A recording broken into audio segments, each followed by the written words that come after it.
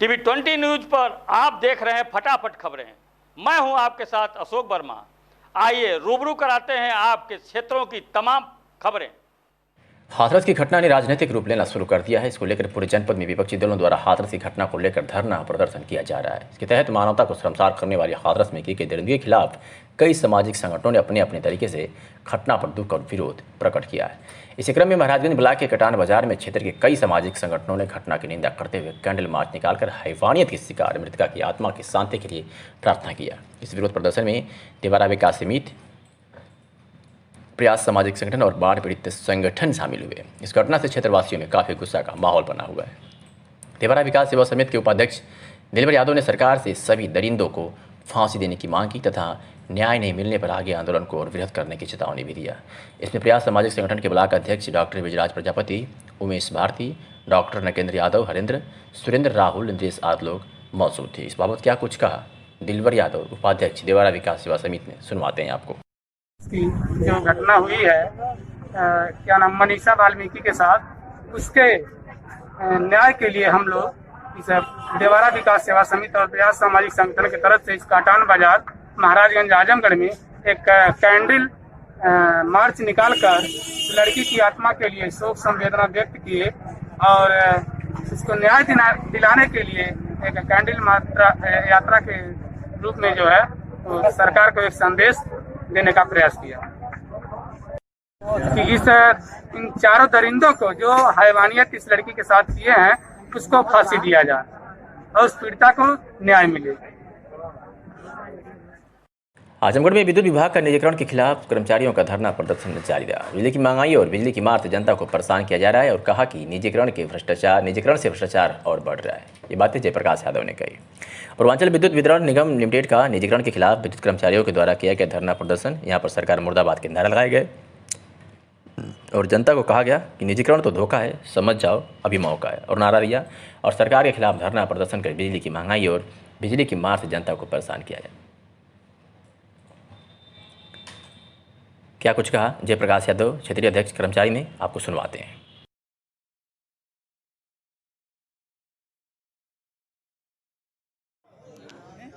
नाम क्या है भैया आपका? जयप्रकाश यादव। अच्छा, ये जो बिजली विभाग का धरना चल रहा है किस लिए चल रहा है, किसके लिए? ये पूर्वांचल विद्युत वितरण निगम का जो है निजीकरण सरकार कर रही है, उसी के खिलाफ आज 31वां दिन लगातार धरना चल रहा है। अच्छा, तो आप क्या प्रशासन से क्या मांग कर रहे हैं? हम सरकार से ही मांग कर रहे हैं कि हमारे जैसे पहले विभाग था उसी तरह रहने दिया जाए। इस विभाग से गरीब जनता जुड़ी हुई है। अगर निजीकरण कर दिया जाएगा तो पूंजीपतियों के हवाले चला जाएगा विभाग। पूंजीपति हमेशा मुनाफे का काम करेंगे। मुनाफा कमाने के लिए आम गरीब आदमी को बिजली महंगी पड़ेगी। जैसे शिक्षा, स्वास्थ्य सब गरीबों से दूर होता जा रहा है, उसी तरह बिजली भी गरीबों से दूर होती चली जाएगी। ठीक है। समाजवादी पार्टी की राष्ट्रीय सचिव अभिषेक मिश्रा के चित्रकूट आगमन पर छात्र सभा के जिलाध्यक्ष राजीव लोचन ने त्रिपाठी द्वारा हो गांव के समीप कल माल्यार्पण कर भव्य स्वागत किया और छात्र समस्याओं को फीस संबंधित समस्याओं से अवगत कराया गया। तो उत्तर प्रदेश सरकार में बहन बेटियों के साथ हो रहे अत्याचार व शोषण संबंधित शिकायतों से भी अवगत कराया गया, जिसमें मौजूद रहे छात्र सभा के जिलाध्यक्ष राजीव लोचन, त्रिपाठी, साथ में जिला महामंत्री, जिला महासचिव एवं सैकड़ों तादाद में उपस्थित रहे।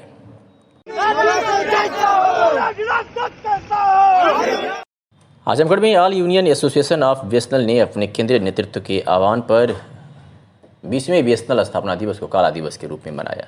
इस दौरान बीएसएनएल कर्मचारियों ने काली पट्टी बांधकर कार्य बहिष्कार किया एवं भोजनावकाश के समय प्रदर्शन किया। सरकार की बीएसएनएल विरोधी नीतियों के खिलाफ जमकर नारेबाजी की। जिला सचिव आनंद कुमार सिंह ने सरकार से मांग करते हुए कहा कि जल्द से जल्द बीएसएनएल को 4G की सुविधा प्रदान की जाए। सरकार अपना रवैया बदले। बीएसएनएल को 4G मिलने के रास्ते की सारी रुकावटें दूर की जानी चाहिए। बीएसएनएल द्वारा 4G के लिए किए गए टेंडर को सरकार ने मनमाने तरीके से रोक दिया, उसे तत्काल बहाल किया जाए। बीएसएनएल के कर्मी देश को 4G की सुविधा देने के लिए तत्पर हैं, पर सरकार के ढीलेपन के कारण संभव नहीं हो पा रहा है।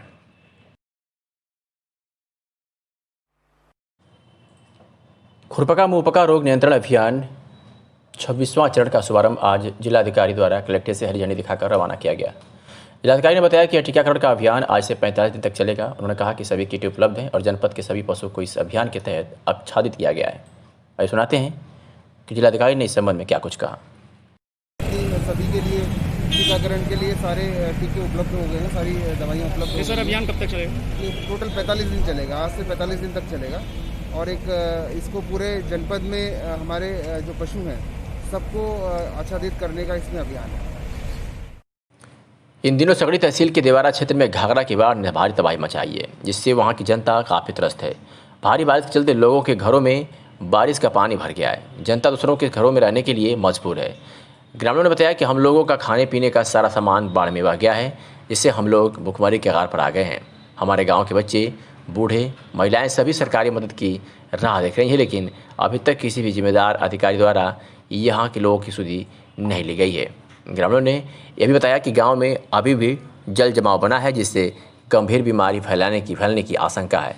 ग्रामीणों ने जिलाधिकारी से मदद मांगी है। क्या कुछ कहा ग्रामीणों ने, आपको सुनवाते हैं।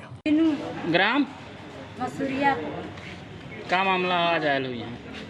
हमन का घर दुआर साहब एकदम बारिश में एकदम गिर पड़ के सब पस्त हो गए एकदम। 8 बजे राती के घर गिरल, वही घर में हम सुतल रहनी।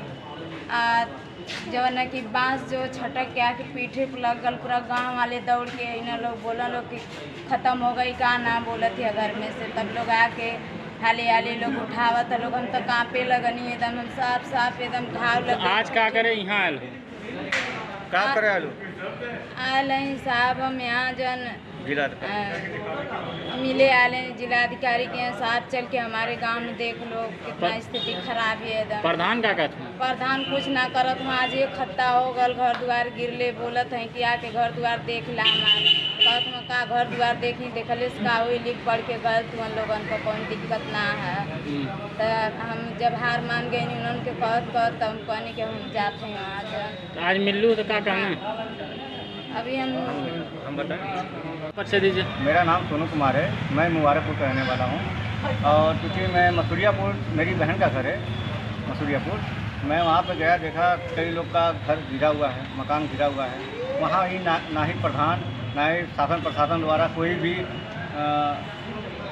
देखने के लिए वहाँ गया, ना ही कोई सुख सुविधा या कोई भी दिक्कत। ये लोग बेचारे रह रहे हैं किसी और के मकान में, इनका घर गिर चुका है। किसी के 5 लड़की हैं, अभी सब बहुत दिक्कत में है, शादी विवाह करने के लिए दिक्कत में है, घर परिवार सब बहुत टेंशन में है, खाने पीने के लिए भी दिक्कत हो रहा है इन लोग का। इनको ये लोग चाहते हैं, प्रशासन से यही निवेदन करते हैं कि जिला अधिकारी महोदय हमारे गांव बस चले, हमारे गांव चल के वहाँ की फेस टू फेस स्थिति हमारी देखें, वहाँ पे क्या हुआ है क्या नहीं हुआ उसकी थोड़ा सा जांच करके अच्छे से। प्रधान से बात किए थे आप? प्रधान से प्रधान वहाँ पे आए ही नहीं। ये गांव वाले बोल रहे हैं कि वहाँ पे आए ही नहीं प्रधान, ना ही कोई भी प्रतिनिधि जो सम्मानित पद पे आसीन है वहाँ पे कोई भी नहीं आया है वहाँ पे। और ये लोग अत्यंत दुखी, इतना दुखी है, परेशान है कि बहुत ही प्रॉब्लम है। आप जिलाधिकारी महोदय से ये निवेदन है कि आप वहाँ पे स्वयं चल करके निरीक्षण करके जांच करके जो भी आप आज मिले हैं, आज मिले, क्या आश्वासन मिला? अभी मिला हूँ तो जिलाधिकारी से मिला, जिलाधिकारी एडीएम साहब। हाँ, सपा के पूर्व मंत्री रामदुल्ला राजभर के नेतृत्व में सपा का एक प्रतिनिधिमंडल जिलाधिकारी से मुलाकात की और समाज के गौरव महाराजा सुहेलदेव के बोर्ड की स्थापना को लेकर जिलाधिकारी को ज्ञापन दिया। पूर्व मंत्री राम राजभर ने कहा कि राजभर समाज के गौरव महाराजा सुहेलदेव के बोर्ड की स्थापना 10 सितंबर 2020 को समाज के लोगों ने ग्राम नई तहसील मेहनगर आजमगढ़ के अराजी नंबर 917 में लगाया था। उक्त अराजी ग्राम नई निवासी संजाफी पुत्री जीवरन की है और उनकी सहमति से स्थापना भी हुई। उक्त बॉर्डर स्थापना पर स्थानीय दबंगों की सह पर स्थानीय पुलिस राजभर समाज के लोग आउटफ्रंट करने लगी है। ताज़ा वाक़या है कि 1 जनवरी 2020 को प्रशासन द्वारा बोर्ड को उखाड़ कर फेंक दिया गया, जबकि अपनी भूमि में बोर्ड लगाने से किसी को नहीं रोका जा सकता है। राजभर समाज उत्पीड़न और बोर्ड न लगाने की कार्रवाई से आक्रोशित है। यदि बोर्ड अपने स्थान को चुना स्थापित नहीं किया गया तो उग्र आंदोलन के लिए समाजवादी पार्टी व राजभर समाज बाध्य होगा। राजपूत समाज की भावना को ध्यान में रखते हुए प्रशासन पुनः उसी स्थान पर महाराजा सुहेलदेव का बोर्ड लगवाने की मांग की गई। ज्ञापन देने वालों में पूर्व मंत्री वसीम अहमद, पूर्व मंत्री दुर्गा यादव, पूर्व मंत्री चंद्रदेव यादव सहित भारी संख्या में सपा नेता मौजूद थे। थाना में नगर के अंतर्गत एक नई ग्राम सभा, जहाँ राजभर समाज के लोग बड़ी संख्या में लगभग 1500 की संख्या में रहते हैं। तो वहाँ राजभर समाज अपने पूर्वज महाराजा सुहेलदेव राजभर के नाम से एक बोर्ड वहाँ लोग स्थापित किए थे अपनी ज़मीन में, जो उनकी निजी भूमिधरी थी, लेकिन उसको कुछ अराजक तत्वों के द्वारा प्रशासन से उस बोर्ड को उखड़वा दिया गया। इसलिए राजभर समाज में बहुत काफ़ी आक्रोश इसमें पैदा है कि अगर हमारे समाज के पूर्वज के साथ अगर मान्यत होगा तो राजभर समाज आंदोलन के लिए खड़ा होगा। और समाजवादी पार्टी एसडीएम साहब का कहना था कि आपने वोट समाजवादी पार्टी कलर में क्यों लगा दिया। तो हम लोगों ने कहा कि हम कार्यकर्ता हैं, हमारी जहां आस्था होगी, गांव के लोगों ने बताया कि हमारी जहां जिस पार्टी में आस्था होगी, जिस नेता के साथ आस्था होगी, हम उसका झंडा भी लगाएंगे और उसका कलर नाम भी लिखेंगे। क्या तो मिला आज? तो एसडीएम साहब ने कहा कि नाम इसकी जांच करवाएंगे। डीएम साहब ने जांच करवा के आपको न्याय मिले। यूपी के महाराजगंज जिले के भारत नेपाल की सोनौली सीमा के श्यामकाट बगीचे के पास एसएसबी और पुलिस के जवानों को पेट्रोलिंग के दौरान उस समय एक बड़ी सफलता मिली जब नेपाल से तस्करी कर भारत ला रहे एक तस्कर को 25 किलो 150 ग्राम चरस के साथ गिरफ्तार किया गया। पकड़े गए चरस की कीमत अंतर्राष्ट्रीय बाजार में 10 करोड़ 65 लाख रुपए बताई जा रही है।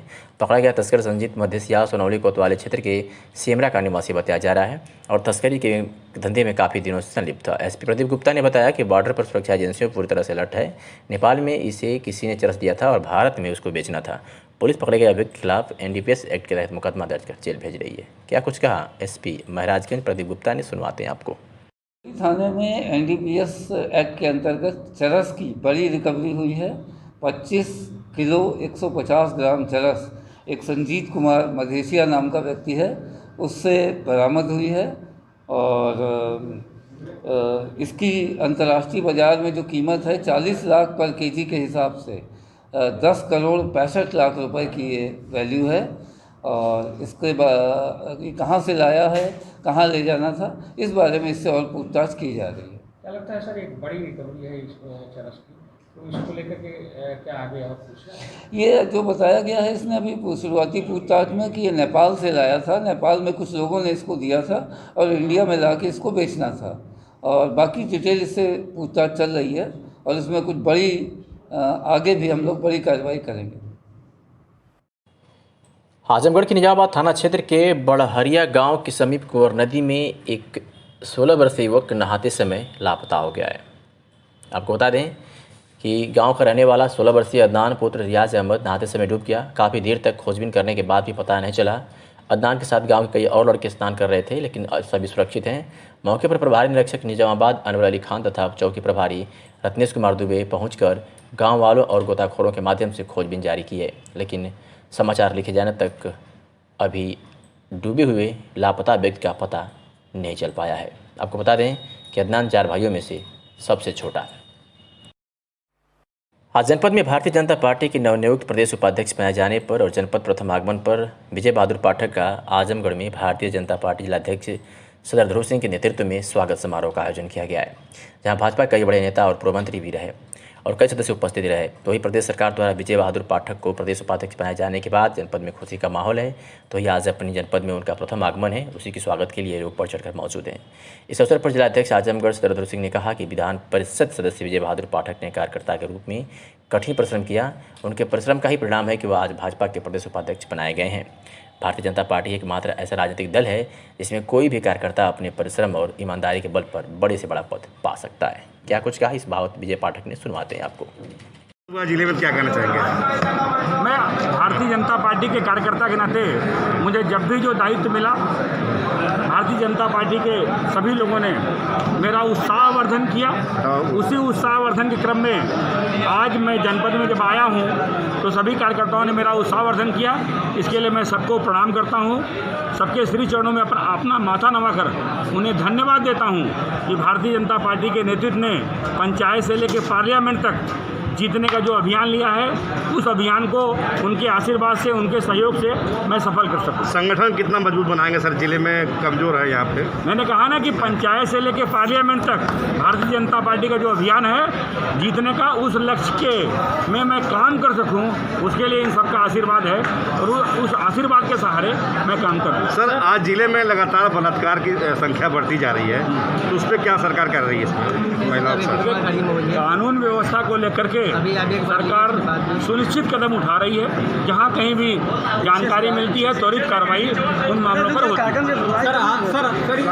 है। आज सब्जी व्यापार मंडल संघ गोला मंडी चौक आजमगढ़ के तत्वाधान में आयोजित सम्मान समारोह में सदर एसडीएम और शहर कोतवाल और वेस्ली इंटर कॉलेज के प्रधानाचार्य का सम्मान किया गया। ज्ञात हो कि लॉकडाउन के बाद मंडी पूरी तरीके से बंद कर दी गई थी। वही अस्थायी रूप में जिला प्रशासन के सहयोग से वेस्ली इंटर कॉलेज में मंडी खोली गई थी। 7 महीने बाद मंडी अपने स्थान पर पुनः खोल दी गई।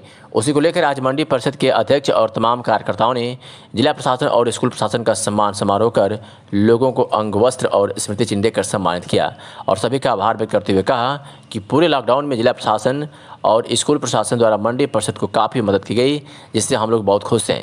आज सुनाते हैं कि श्रीकांत मौर्य, कोषाध्यक्ष मंडी परिषद आजमगढ़ ने क्या कुछ कहा।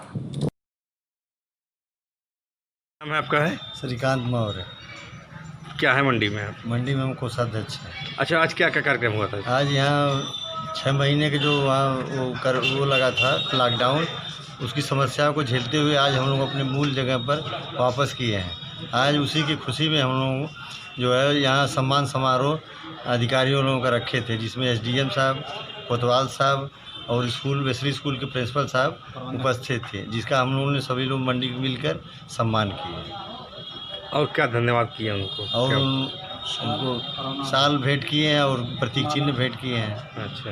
और सभी लोगों के सहयोग से उन लोगों का आभारी है। जिला कांग्रेस कमेटी के अध्यक्ष प्रवीण कुमार सिंह संगठन सृजन अभियान के क्रम में आज मोहम्मदपुर ब्लॉक में बैठक की, जो आउंक में आयोजित थी। मुख्य अतिथि रहे। बैठक की अध्यक्षता रियाज अहमद ने की। बैठक को संबोधित करते हुए जिलाध्यक्ष प्रवीण कुमार सिंह ने कांग्रेसियों से कहा कि संगठन को ब्लॉक स्तर से लेकर न्याय पंचायत स्तर से लेकर बूथ स्तर तक लोगों की भागीदारी सुनिश्चित कर हम कांग्रेस को मजबूत बना सकते हैं। आज कांग्रेस को छोड़कर समस्त विपक्षी राजनीतिक दल सुप्त अवस्था में है। ऐसे में तमाम दलों के लोग और तमाम नए युवा चेहरे कांग्रेस में शामिल होना चाहते हैं। उन्हें कांग्रेस से जोड़ना हमारी प्राथमिकता होगी, तभी हम कांग्रेस को बूथ स्तर तक मजबूत कर सकते हैं। बैठक को डॉक्टर लालती देवी, बिलाल अहमद, पूर्णमासी प्रजापति, निसार अहमद, निर्मला भारती ने भी संबोधित किया। बैठक में कमला पाठक, इम्तियाज़ अहमद, ओम प्रकाश सरोज, सीमा भारती, मूलचंद चौहान, सविता राय, सुरेश यादव, अखिलेश चौबे, जाहिद खान, आदिल प्रधान, नदीम खान के एन सिंह, जगतधारी कनौजिया, रघुनाथ यादव आदि लोग उपस्थित थे। हाथरस में गैंगरेप के बाद जघन्य हत्या के बाद पीड़ित परिवार से मिलने जाते समय राहुल गांधी और प्रियंका गांधी को तानाशाह सरकार द्वारा रोक दिया गया। ये बातें कांग्रेसियों ने कही है। इसके विरोध में आजमगढ़ कांग्रेस अध्यक्ष प्रवीण कुमार सिंह के नेतृत्व में कांग्रेसियों द्वारा मोहम्मदपुर बाजार के सैनिक ढाबा के पास तिराहे पर सड़क जाम कर दिया गया। वहाँ कांग्रेस राहुल गांधी की रिहाई की मांग पड़े थे। जिलाध्यक्ष प्रवीण कुमार सिंह, आशुतोष द्विवेदी, बिलाल अहमद, रविशंकर पांडे सहित सैकड़ों कार्यकर्ताओं के साथ पुलिस ने गिरफ्तार कर लिया उन्हें। तो ये सूचना मिलते ही मुन्नू यादव के नेतृत्व में तेज बहादुर यादव, शीला भारती, फैजी नसीम, अब्दुल रहमान, नजम समीम, मसूद अहमद, धर्मेंद्र यादव, वरेंद्र चौहान, इंद्रेश चौहान, लाला आदि कांग्रेस की गांधी प्रतिमा के सामने सत्याग्रह पर बैठ गए और अपने नेताओं की रिहाई पर अड़ गए।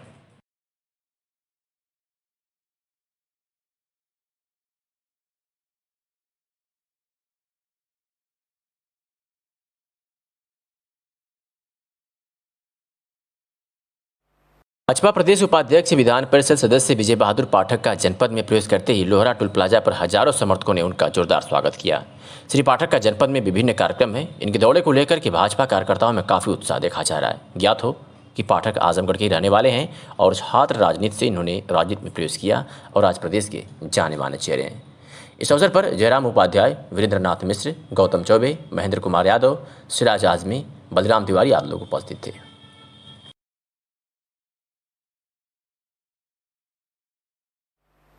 बेटियों की सुरक्षा की लाख दावे नाकाम साबित हो रही है। अभी हाथरस की घटना की आग ठंडी भी नहीं हुई थी कि बलरामपुर व आजमगढ़ में दिल को झकझोर देने वाली घटना सामने आई है। वही जैनपुर कोतवाली क्षेत्र में एक बहसी युवक ने जहां आरोपी युवक ने मासूम बच्चे के साथ दंगे किया, जिसको उपचार के लिए अस्पताल में भर्ती कराया गया, जहाँ प्राथमिक उपचार के बाद वाराणसी के लिए रेफर कर दिया गया है, जहाँ बच्चे के स्वास्थ्य में सुधार है। वही पुलिस ने तत्परता दिखाते हुए दरिंदगी करने वाले युवक दानिश को गिरफ्तार कर लिया है। पीड़िता की मां का आरोप है कि घर के बगल में ही जहां मेरी बच्ची आरोपी के घर अक्सर खेलने जाया करती थी, आरोपी मेरी बच्ची को बहला फुसला कर मेरी बच्ची को अपने घर से दूर अपने टेंट की दुकान में ले गया और बच्चे के साथ दंगे की। घटना की सूचना पाते ही पुलिस अधीक्षक व जिलाधिकारी घटनास्थल पर पहुंच गए और कार्रवाई में जुट गए। ये सुनाते हैं कि पीड़िता की मां, एसपी व डीएम ने इस घटना के बारे में क्या कुछ कहा। इसको ये उसके घर खेल रही थी, इससे पता नहीं किसके घर खेल लिया गया, वो लड़कवा जो था दानिश। फिर क्या हुआ? फिर इसको लिया गया अजमतगढ़ रोड पे, उसका है टेंट हाउस का घर, बड़ा सा लंबा सा, उसी में इसे ले गया और ले जाकर फिर आया अपने घर रखा, कहा कि इसका कपड़ा दो मम्मी, मैं इसे नहाएगी। जब हम कपड़ा दे दिया, हम नहीं गए, हम क्या जाने, रोज रोज जाती आती थी, एकदम बाजू में था घर, बच्चे रात दिन खेल रहे थे उसके घर में। और जब कपड़ा ले गया, जब ये नहा कर आई, पूरा इसका एकदम खून से तर, फिर एकदम हम उस पर बाथरूम पे खड़ा करा दिया, एकदम हर भरते चला जा रहा है। उसके मम्मा को बुलाया, कहा देखिए आपके घर गई थी, कि भाभी मुझे नहीं समझ में आ रहा है क्या है, ले चलिए डॉक्टर कन ले गए, डॉक्टर एकदम साफ बता रहे हैं। आज थाना जियापुर के क्षेत्र के एक गांव में एक नाबालिग बालिका के साथ दुराचार होने की घटना सूचना प्राप्त हुई थी। उस पर तत्काल मुकदमा पंजीकृत किया गया और पुलिस द्वारा जो अभियुक्त था उसे गिरफ्तार किया गया है। ये अभियुक्त उसके घर के सामने रहने वाला है तथा उसका इसके घर पर आना जाना था और उसके घर से काफ़ी निकट के संबंध उस नवयुवक के थे।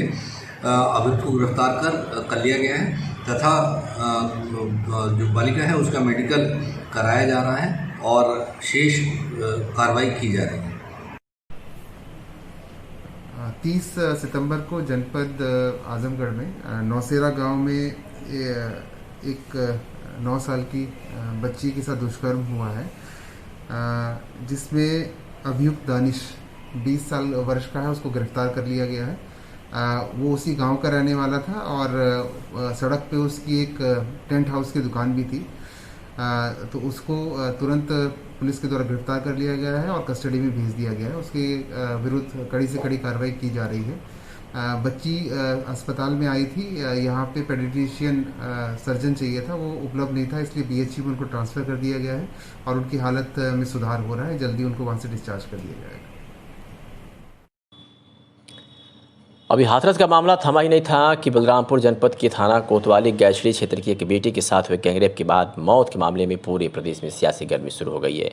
मौजूदा परिस्थितियों को भांपते हुए डीएम और एसपी देवीपाटन मंदिर के महंत मिथिलेश नाथ योगी के साथ पीड़ित परिवार के घर पहुंचे। आपको बता दें कि मुख्यमंत्री योगी आदित्यनाथ देवीपाटन मंदिर के संरक्षक हैं और यहाँ के महंत उनके खासम खास हैं, जिन्हें साथ लेकर दोनों अधिकारी पीड़ित परिवार घर पहुंचकर उन्हें न्याय दिलाने का पूरा भरोसा दिया। साथ ही साथ आर्थिक सहयोग के रूप में 6,18,750 रुपये का अनुमति पत्र महंत मिथिलेश नाथ योगी के हाथों पीड़ित परिवार को सौंपा गया। मौके पर मौजूद एसपी देवरंजन वर्मा ने कहा कि इस पूरे प्रकरण के संबंध में गहन जांच पड़ताल किया जा रहा है। 2 आरोपियों को गिरफ्तार कर जेल भेजा जा रहा है। अन्य जो भी लोग दोषी पाए जाएंगे उनके ऊपर भी सख्त कार्रवाई की जाएगी। साथ ही उन्होंने कहा कि कुछ मीडिया चैनलों में पीड़िता के पैर और कमर टूटने की खबरें चल रही है, वो एकदम गलत है। पोस्टमार्टम रिपोर्ट में ऐसा कुछ नहीं दर्शाया गया है। क्या कुछ कहा देवरंजन वर्मा एसपी बलरामपुर ने, आपको सुनवाते हैं। बलरामपुर के थाना गैसड़ी में कल एक तहरीर प्राप्त हुई, जिसमें एक लड़की के भाई ने तहरीर दी थी और उसने ये आरोप लगाया कि उसकी बहन के साथ में 2 अभियुक्त हैं, जिनका नाम दिया उसने शाहिद और साहिल। इन दोनों लोगों ने लड़की के साथ रेप किया और उसके बाद उस लड़की की जब तबीयत ज़्यादा ख़राब हुई, उसको रिक्शे से उन लोगों ने घर भेज दिया। और परिजनों का ये कहना है कि जब हम लोग अस्पताल ले जा रहे थे लड़की को, तो रास्ते में उसकी मृत्यु हो गई। तो पुलिस ने इसमें तत्काल कार्रवाई करते हुए इसके अंदर अभियोग इसमें पंजीकृत किया हत्या का और गैंगरेप का, और इसमें पुलिस ने आगे छानबीन की इसमें, और दोनों जो अभियुक्त इसमें थे शाहिद और साहिल, उनको पुलिस ने गिरफ्तार कर लिया और इसके बाद उन लोगों को आज जेल भेजा जा रहा है। इसके साथ ही कुछ मीडिया चैनल्स में ऐसी खबर चल रही थी कि जिसमें बताया जा रहा था कि जो पीड़िता है उसके हाथ पैर और कमर तोड़ दिए गए थे, तो ऐसा पोस्टमार्टम में कोई भी पुष्टि नहीं हुई है। इस संबंध में हम लोग आगे छानबीन कर रहे हैं, ऐसी कोई भी पुष्टि पोस्टमार्टम में नहीं हुई है। आज प्रातःकाल जिलाधिकारी बलरामपुर महोदय के साथ में हम और यहाँ पर तुलसीपुर में एक देवीपाटन मंदिर है, वहाँ के महाराज जी के साथ में हम लोग पीड़ित परिवार के घर पे गए, उनके परिजनों से बात की उनके परिजनों को पुलिस ने जितनी भी कार्रवाई की है उससे अवगत कराया है कि जो 2 इसमें अभियुक्त थे, शाहिद और साहिल, उनको पुलिस ने तत्काल गिरफ्तार कर लिया है, उनको जेल भेजा जा रहा है।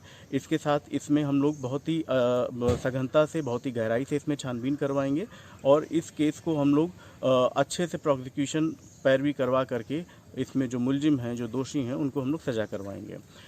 जो पुलिस की कार्रवाई थे उससे पीड़ित पक्ष जो था वो काफ़ी हद तक संतुष्ट नज़र आया और जो शासन की तरफ से मुआवजा राशि दी जानी है उसका जो अनुमति पत्र था, लगभग 6 लाख रुपए की मुआवजा राशि थी, वो उनके परिजनों को दिया गया है और आज दोपहर तक परिजन जो मृतका की माता हैं उनके अकाउंट में वो मुआवजा राशि आ जाएगी। शेष जो विधिक प्रक्रिया है उसको हम लोग शीघ्र निस्तारित करवा करके आगे जो उनको मुआवजा मिलना है वो भी दिलवाएंगे।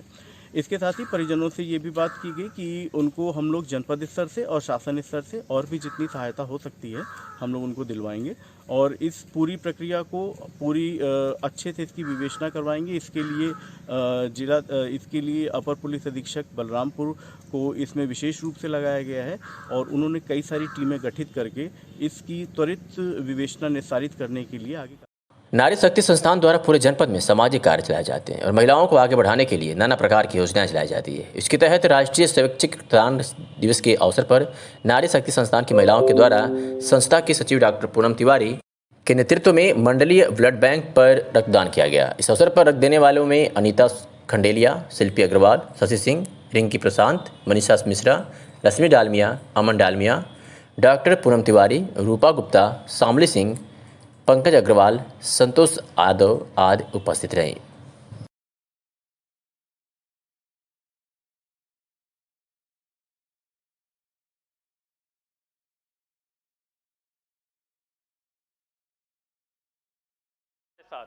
ग्रामीण अंचल को विकास की मुख्य धारा से जोड़ने के लिए सरकार कई महत्वाकांक्षी योजनाएं चलाई, तो वही ग्रामीण अंचल में रहने वाले प्रतिभाओं को मुख्य धारा से जोड़ने के लिए सरकार द्वारा खेलकूद पर काफ़ी बल दिया जा रहा है। इस क्रम में महाराजगंज ब्लॉक के सरदहा बाजार के पास डे नाइट विशाल कबड्डी प्रतियोगिता बरियारपुर का आयोजन किया गया, जिसमें आजमगढ़ जिले की कई टीमों ने हिस्सा लिया।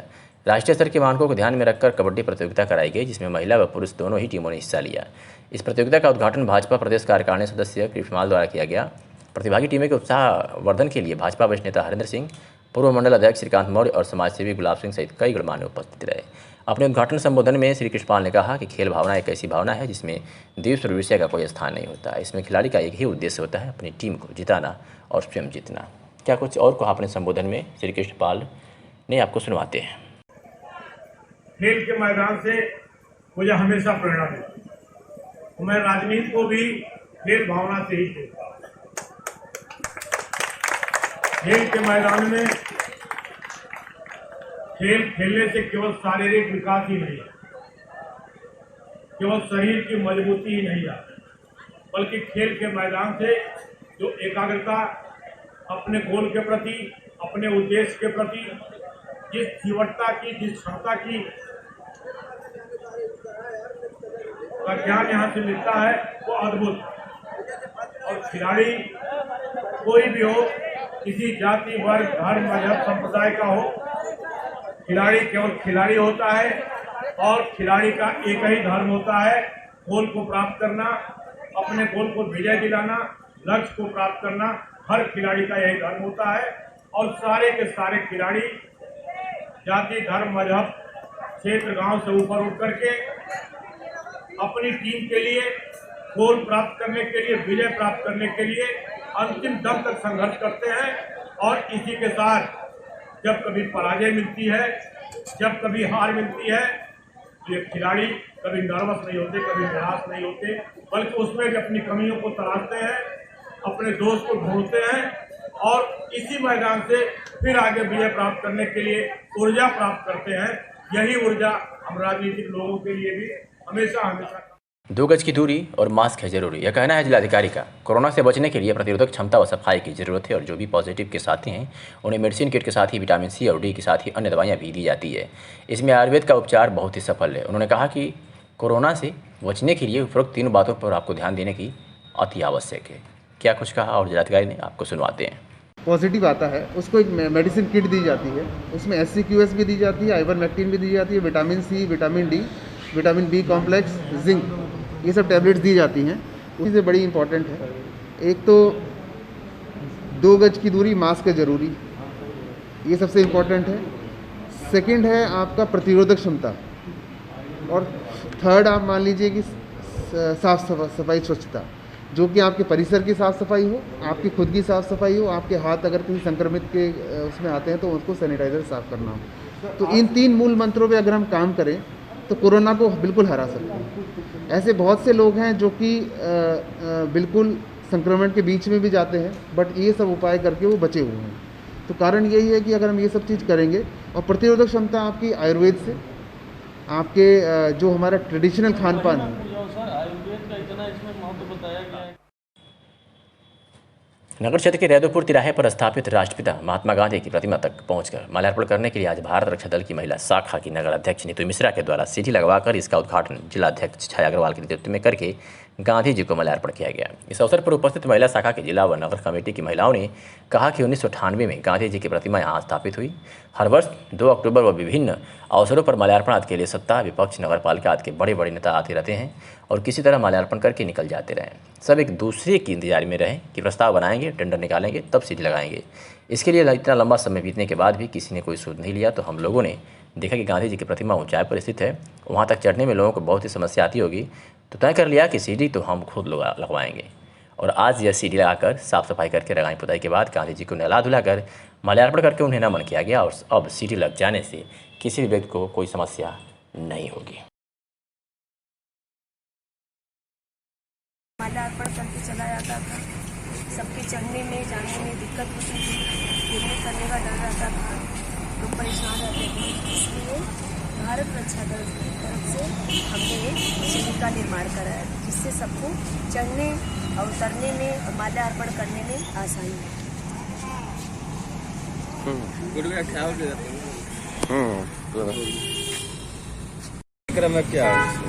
कार्यक्रम आपके सामने है, देख ही रहे हैं। महात्मा गांधी राष्ट्रपिता हमारे, और 1998 में ये माला द्विवेदी जी उस समय चेयरमैन हुआ करती थी, कलराज मिश्रा जी पर्यटन मंत्री थे। मूर्ति का अनावरण हुआ, शिलान्यास हुआ यहाँ पे। अब 22 साल हो गए। हर साल नेता लोग आते रहे, धरना प्रदर्शन सारा होता रहा। माला पहनाने के लिए बहुत प्रॉब्लम होती रही, तो हमारी महिला टीम ने सोचा कि महिलाएं अक्सर वात्सल्य प्रेमी होती हैं, लोगों का दुख दर्द देख नहीं पाती। ये हुआ कि कम से कम सीढ़ी लग गया, तो हमारी नगर अध्यक्ष महिला शाखा श्रीमती नीतू मिश्रा के सौजन्य से सीढ़ी का यहाँ निर्माण कराया गया, लगाया गया है, ताकि लोगों को सुविधा हो और किसी को प्रॉब्लम न पड़ी हो। क्योंकि ये महात्मा गांधी हम लोगों के आदर्श हैं, एक तरह से सम्मान का विषय है। भारत रक्षा दल के साथी कार्यकर्ता कई दिनों से साफ सफाई कर रहे हैं, और यहाँ पे भी और कुछ सज्जा करेंगे। इसके लिए न बजट की जरूरत है, न टेंडर की जरूरत है। श्रमदान, समयदान, कुछ अर्थदान से सारी व्यवस्थाएं चल रही हैं। ये हमारी महिला टीम है, अभी बहुत कुछ करना है। आजमगढ़ नगर में जितनी भी मूर्तियां हैं, सबकी सीढ़ियां नहीं लगी हैं, मेरे समय से 1 सप्ताह के अंदर सब लग जाएंगे। जिलाधिकारी ने बताया कि मेडिकल कॉलेज में जनपद के सभी टेस्ट हो जाने की वजह से अब सभी रिपोर्ट 24 घंटे के अंदर मिल जा रही है, जो जनपद के लिए खुशी की बात है। उन्होंने कहा कि सितंबर माह में कोरोना पॉजिटिव का ग्राफ काफ़ी कम हुआ है। अब तक कुल 4322 टेस्ट हुए हैं, जिसमें से 3973 स्वस्थ होकर डिस्चार्ज हो चुके हैं, जो 88% है। वह जिलाधिकारी ने बताया कि कंटेनमेंट जोन की संख्या भी घटाकर काफ़ी कम हो गई है। नगर में 35 व ग्रामीण क्षेत्रों में सिर्फ 166 रह गई है, जो पहले क्रमशः 366 व 1179 थी। क्या कुछ कहा, और जिलाधिकारी ने अपनी जानकारी में आपको सुनवाते हैं। देता हूँ, अभी हमारे पास कल टोटल पॉजिटिव आए हैं 33 पॉजिटिव। 30 सितंबर को हमारे कोरोना पॉजिटिव आए हैं, और सैम्पलिंग हम ने कल जो हमारा लक्ष्य है उसके अधिक करी है। RT-PCR हमने 835 सैंपल लिए हैं और 1441 एंटीजन सैंपल लिए हैं। इसके अलावा ट्रू नॉट से भी 5 सैंपल लिए गए हैं। अब तक जो हमारे टोटल पॉजिटिव आए हैं जनपद में शुरुआत से अब तक 4522 पॉजिटिव आए हैं, और उसमें से डिस्चार्ज जो स्वस्थ होकर चले गए हैं वो 3973 है, मतलब 88% लोग स्वस्थ होके डिस्चार्ज किए जा चुके हैं। जनपद में जो पॉजिटिविटी रेट है वो सितंबर माह में सतत प्रयासों से काफ़ी कम हुई है। पूरे शुरू से अब तक पॉजिटिविटी रेट 30.36% थी, जो सितंबर माह में 2.3 दर्ज की गई। CFR भी हमारे जनपद की एवरेज 1.4 है, जो कि स्टेट एवरेज के बराबर है, बट सितंबर में इसमें हमने काफ़ी सफलता पाई कम करने में। 0.71 CFR हमारी जनपद की सितंबर में रही है। इसके अलावा RT-PCR लैब जनपद में गवर्नमेंट मेडिकल कॉलेज में शुरू हो गई है, जिसमें जनपद के सारे सैंपल्स वहीं भेजे जा रहे हैं और 24 घंटे के अंदर हम रिपोर्ट पा रहे हैं। ये एक बड़ा जनपद को एक सहूलियत मिली है, जिससे कि तुरंत रिजल्ट इसमें आ पा रहा है, जिसमें 35 आपके नगरीय क्षेत्र में है और 166 एक्टिव हैं जो कि आपके रूरल एरियाज़ में है। कुल हमारे कंटेनमेंट जोन बने हैं वो भी मैं आपको बता देता हूँ। कुल हमारे 1545 कंटेनमेंट जोन शुरू से अब तक रहे हैं, जिसमें 366 रहे हैं आपके नगरीय क्षेत्र में और 1179 रहे हैं ग्रामीण क्षेत्रों में, जो अब घट के एक्टिव जो हैं वो घट के रह गए हैं। ग्रामीण क्षेत्र में 166 और नगरीय क्षेत्र में 35, कुल मिला के 201 एक्टिव कंटेनमेंट जोन हमारे यहाँ पे हैं। कोरोना संक्रमण के बाद से प्रतिमा निर्माण में लगे कलाकार अब शासन की गाइडलाइन से परेशान हैं। दुर्गा पूजा पर पंडालों में स्थापित होने वाले प्रतिमाओं को पहले बंगाल के कलाकारों के साथ स्थानीय भी बनाते थे। इस बार लॉकडाउन से बंगाल से नाम मात्र ही आया है और स्थानीयों ने प्रतिमा निर्माण शुरू किया। हर कलाकार के पास काफी प्रतिमा अंतिम रूप में है। इधर शासन की गाइडलाइन जारी होते ही इनकी पूंजी डूबती नजर आ रही है। रानी की सराय में प्रतिमा निर्माण में लगे कलाकारों ने क्या कुछ कहा, आपको सुनवाते हैं। लगाई है पूजा के लिए। अब ये बताइए कि हम लोग इतने दिन से काम कर रहे हैं तो हम लोग का बहुत नुकसान हुआ है। गाइडलाइन जारी पहले होना चाहिए था कि बाद में। तो हम लोग का तो जो गाइडलाइन जो कोरोना हुआ था उसके पहले से काम चल रहा है। अब अरे तू बतावा कि हम काम करते हैं खुद ही। हम लोगों का मूर्ति का काम जो है 4-5-6 महीना पहले से शुरू हो जाता है और 6 महीने का प्रोसेस चलता है। अभी क्या है कि अचानक रोक लगने की वजह से हम लोगों के सामने बहुत बड़ी समस्या खड़ी हो गई है। एकदम भुखमरी के कगार पर हम लोग आ जाएंगे। एकदम बहुत बड़ी समस्या हम लोगों के सामने आ गई। जनपद में 8 कंटेनमेंट जोन बढ़ाए गए हैं और 53 कंटेनमेंट जोन से हॉटस्पॉट की कार्रवाई समाप्त की गई है। जिला मजिस्ट्रेट राजेश कुमार ने बताया कि वर्तमान समय में कोरोना वायरस संक्रमण से बचाव तथा इस संदर्भ में उत्पन्न परिस्थितियों के परिप्रेक्ष्य में उत्तर प्रदेश शासन द्वारा कतिपय निर्देश जारी करते हुए इनका अनुपालन सुनिश्चित कराए जाने के निर्देश दिए गए हैं। जिला मजिस्ट्रेट ने कहा कि कंटेनमेंट जोन के संबंध में दी गई व्यवस्था के अनुसार जनपद में 8 क्षेत्र कंटेनमेंट जोन घोषित किए गए हैं। जिला मजिस्ट्रेट राजेश कुमार ने बताया कि वर्तमान समय में कोरोना वायरस संक्रमण से बचाव तथा इस संदर्भ में उत्पन्न परिस्थितियों के परिप्रेक्ष्य में उत्तर प्रदेश शासन द्वारा अनलॉक 4 के संबंध में निर्देश जारी करते हुए इनका अनुपालन सुनिश्चित कराए जाने के निर्देश दिए गए हैं। उन्होंने बताया कि भारत सरकार चिकित्सा एवं परिवार कल्याण मंत्रालय द्वारा जारी प्रोटोकॉल के अनुसार contact tracing, house to house surveillance एवं कड़ा पर नियंत्रण करते हुए कार्रवाई सुनिश्चित की जा रही है। कंटेनमेंट जोन में पुष्ट हुए कोविड-19 मरीज के सैंपल कलेक्शन की तिथि से विगत 14 दिनों में कोविड-19 का कोई पुष्ट रोगी चिन्हित न होने पर उसे कंटेनमेंट जोन की सूची से विमुक्त किए जाने के निर्देश हैं। तत्क्रम में पिछले 14 या उससे अधिक दिवसों से कोविड-19 का कोई पुष्ट रोगी न चिन्हित होने के कारण 53 क्षेत्रों से हॉटस्पॉट की कार्रवाई समाप्त की गई है। लोहारा टोल प्लाजा पर भाजपा नेता रमाकांत मिश्रा तथा तरौलिया में भाजपा नेता नवीन सिंह तथा नीरज तिवारी के नेतृत्व में ढोल बाजे के साथ जोरदार स्वागत किया गया। बता दें कि भाजपा के नवनियुक्त प्रदेश उपाध्यक्ष का लखनऊ से आजमगढ़ जाते समय लोहारा टोल प्लाजा तथा तरौलिया में जगह जगह पर जोरदार स्वागत किया गया। जनपद की सीमा लोहारा टोल प्लाजा पर पूर्व जिलाध्यक्ष जयनाथ सिंह तथा रमाकांत मिश्र के नेतृत्व में कार्यकर्ताओं द्वारा फूलमाला पहनाकर स्वागत किया गया तथा शांति चौक पर भाजपा नेता नवीन सिंह व नीरज तिवारी के नेतृत्व में जोरदार स्वागत किया गया। नवीन सिंह के नेतृत्व में सैकड़ों युवा कार्यकर्ता गाजे बाजे के साथ माला पहनाकर प्रदेश उपाध्यक्ष का स्वागत किए। सुनवाते हैं विजय बहादुर पाठक ने इस बाबत क्या कुछ कहा। देखिए, मैं इसी ज़मीन का कार्यकर्ता हूँ और इसी ज़मीन पर जब भारतीय जनता पार्टी की विपरीत परिस्थितियाँ थी, उन विपरीत परिस्थितियों में हम लोगों ने काम किया है। पार्टी में काम करते करते पार्टी ने मुझे विधान परिषद सदस्य बनाया, मुझे पार्टी का महामंत्री बनाया, पार्टी का उपाध्यक्ष बनाया और प्रदेश भर में संगठन के दायित्व करते मुझे काम दिया। रहने वाला मैं यही कहूँ तो अपने के प्रति तो लगाव होता है और जो अपने के प्रति लगाव है उसी लगाव के तहत आज यहाँ सारे लोग एकत्रित हैं, मेरा स्वागत कर रहे हैं, अभिनंदन कर रहे हैं। मुझे भी खुशी हो रही है और मेरे बहुत नौजवान साथी हैं। मैंने बहुत युवा मोर्चे से पार्टी का काम किया। मैं भी इन्हीं की तरह नौजवान था और जब किसी नेता से मिलता था तो उस दिन मुझे खुशी होती थी। स्वाभाविक है, पार्टी ने मुझे दायित्व दिया है। कार्यकर्ताओं को प्रसन्नता हो रही है कि मेरे बीच का, मेरी तरह का एक नौजवान को पार्टी ने दायित्व दिया है, इसलिए लोग मिल रहे हैं, जुल रहे हैं। ये हाथरस की घटना को लेकर क्या? जिला मजिस्ट्रेट राजेश कुमार द्वारा कोविड-19 संक्रमण की रोकथाम हेतु निर्गत किए गए हैं। जिसके अंतर्गत समस्त पुलिस अधिकारी, कर्मचारीगण एवं अन्य समस्त सरकारी अधिकारी कर्मचारीगण को घर से बाहर निकलने पर मास्क लगाना अनिवार्य होगा। सभी शासकीय संस्थाओं, कार्यालयों के प्रमुख कार्यालयाध्यक्ष प्रतिदिन सुबह से शाम समय यथासंभव अधिक से अधिक लोगों को मास्क पहने एवं सोशल डिस्टेंसिंग का अनुपालन करने हेतु संवेदनशील बनाएंगे। किसी व्यक्ति द्वारा मास्क न पहने एवं सोशल डिस्टेंसिंग का अनुपालन न करने पर प्रत्येक नागरिक को टोल फ्री नंबर 1800889673 पर रिंग कर जिम्मेदार व्यक्ति को सूचित करने की छूट होगी। वर्तमान समय में कोविड-19 संक्रमण से बचाव हेतु मास्क पहने एवं सोशल डिस्टेंसिंग का तत्काल अनुपालन कराया जाना आवश्यक है।